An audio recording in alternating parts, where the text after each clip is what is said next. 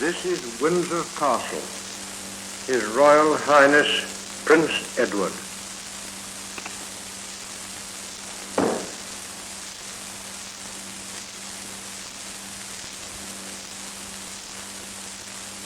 At long last, I am able to say a few words of my own.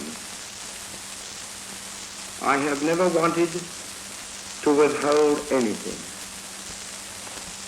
But until now, it has not been constitutionally possible for me to speak. A few hours ago, I discharged my last duty as King and Emperor. And now that I have been succeeded by my brother, the Duke of York, my first words must be to declare my allegiance to him. This I do with all my heart. You all know the reasons which have impelled me to renounce the throne. But I want you to understand that in making up my mind, I did not forget the country or the empire, which, as Prince of Wales and lately as King, I have for 25 years tried to serve. But you must believe me when I tell you that I have found it impossible to carry the heavy burden of responsibility and to discharge my duties as King as I would wish to do without the help and support of the woman I love. And I want you to know that the decision I have made has been mine and mine alone. This was a thing I had to judge entirely for myself. The other person most nearly concerned has tried up to the last to persuade me to take a different course.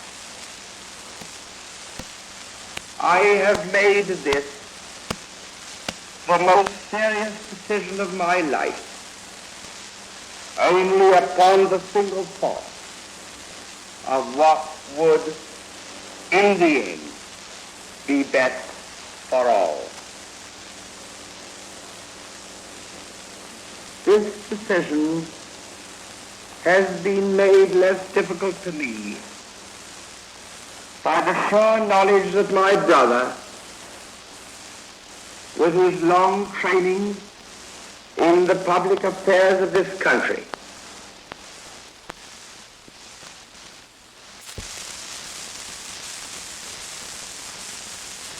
and with his fine qualities, will be able to take my place forthwith, without interruption or injury to the life and progress of the empire.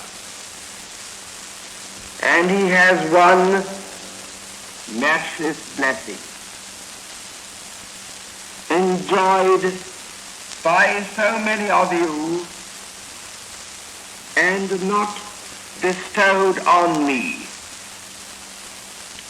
a happy home with his wife and children.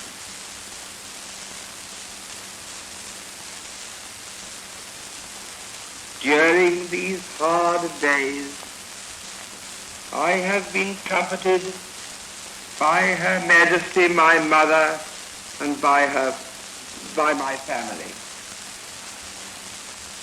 The ministers of the Crown, and in particular Mr. Baldwin, the Prime Minister, have always treated me with full consideration.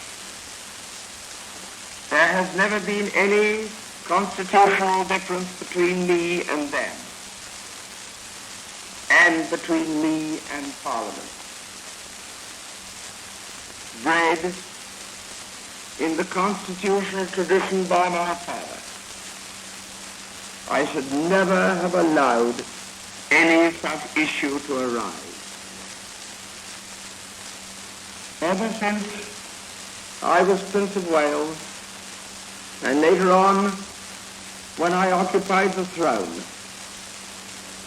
I have been treated with the greatest kindness by all classes of the people, wherever I have lived or journeyed throughout the empire.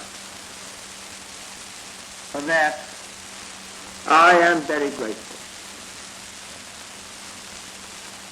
I now quit altogether public affairs, and I lay down my burden. It may be some time before I return to my native land, but I shall always follow the fortunes of the British race and empire with profound interest. And if at any time in the future I can be found of service to His Majesty in a private station, I shall not fail. And now we all have the new king. I wish him and you, his people, happiness and prosperity with all my heart. God bless you all. God save the King.